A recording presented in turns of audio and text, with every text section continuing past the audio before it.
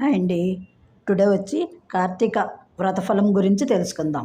వశిష్ఠ మహాముని జనక మహారాజుకి చెప్పిన కార్తీక మహత్యం ఇది అని సూతుడు చెప్పగా విని ఋషులు సంతోషించి, మహాత్మా, అనంతమైన పుణ్యాన్ని అనుగ్రహించే విష్ణు మహిమను నీ వల్ల విని ధన్యులయ్యాము. కార్తీక మహత్యం ఇంకా వినాలనే ఉంది.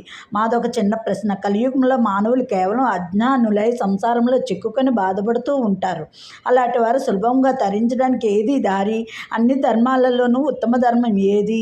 దేవతల్లో ఉత్తమ శ్రేణిలో చెప్పదగిన వారు ఎవరు? సునాసింగ మోక్షం ఏమి చేస్తే వస్తుంది?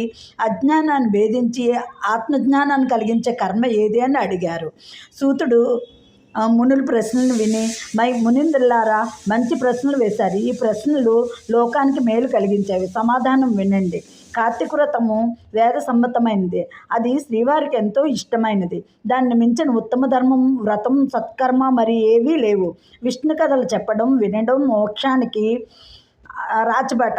కార్తీక మాసంలో స్నానము, దానము, సాయంకాలం కాగానే దేవాలయంలో దీపారాధన, విష్ణు పూజ చేసిన వారు సర్వపాపము విముక్తులై ముక్తిని పొందుతారు. ముమ్మాటికి సత్యము.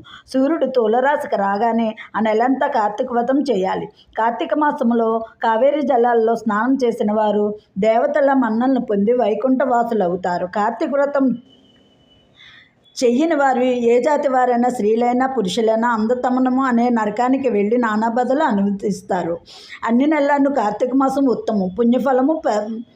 పుణ్యప్రద ఫలము. కార్తీక వ్రతం చేసిన వారికి శ్రీహరి అనుగ్రహిస్తాడు, కష్టాల్లో ఆదుకుంటాడు.